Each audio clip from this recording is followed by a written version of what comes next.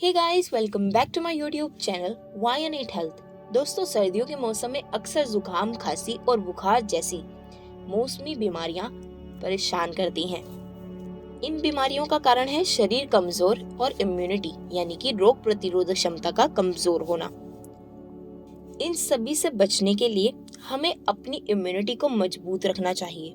इसके लिए आप लाइफस्टाइल और अपने खान पान का ध्यान जरूर रखें। इम्यूनिटी स्ट्रॉन्ग करने के लिए हमें अपनी डाइट में कुछ फल और सब्जियों को शामिल करना चाहिए। आज की इस वीडियो में मैं ऐसे ही कुछ फल सब्जियां बताऊंगी जिन्हें खाने से आपकी इम्यूनिटी मजबूत होगी, जिससे आपको सर्दी में होने वाली बीमारियां नहीं होंगी। तो चलिए जानते हैं। Number 1, kiwi. दोस्तों, कीवी में vitamin C, vitamin E, potassium, folic acid समेत कई सारे पोषक तत्व और एंटीऑक्सीडेंट पाए जाते हैं।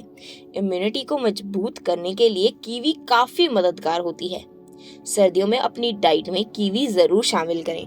नंबर 2, लहसुन। दोस्तों, लहसुन एक ऐसा खाद्य पदार्थ है जिसे लोग अधिकतर रोज खाते हैं।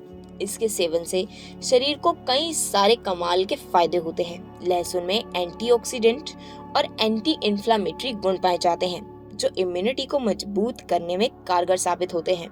इसके साथ रोज लहसुन खाने से दिल भी स्वस्थ रहता है और बीपी, शुगर भी कंट्रोल में रहती है।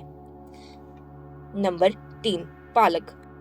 दोस्तों, सर्दियों का मौसम पालक के बिना अधूरा होता है। कई लोग पालक खाने के लिए साल भर इंतजार करते रहते हैं।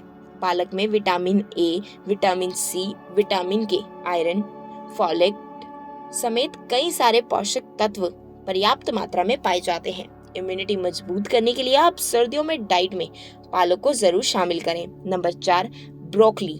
दोस्तों, ब्रोकली में protein, calcium, carbohydrate, iron, vitamin A, C समेत कई सारे पोषक तत्व पाए जाते हैं जो शरीर के लिए बहुत जरूरी होते हैं। इसके सेवन से शरीर की रोग प्रतिरोधक क्षमता बढ़ती है और कई बीमारियां भी दूर रहती हैं। आपको सर्दियों में अपनी डाइट में ब्रोकली जरूर शामिल करनी चाहिए।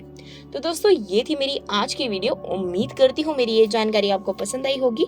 तो इस वीडियो को लाइक करें, शेयर करें और हमारे चैनल को सब्सक्राइब करना बिल्कुल भी ना भूलें। फिर मिलूंगी एक न्यू वीडियो के साथ। तब तक के लिए take care and bye bye.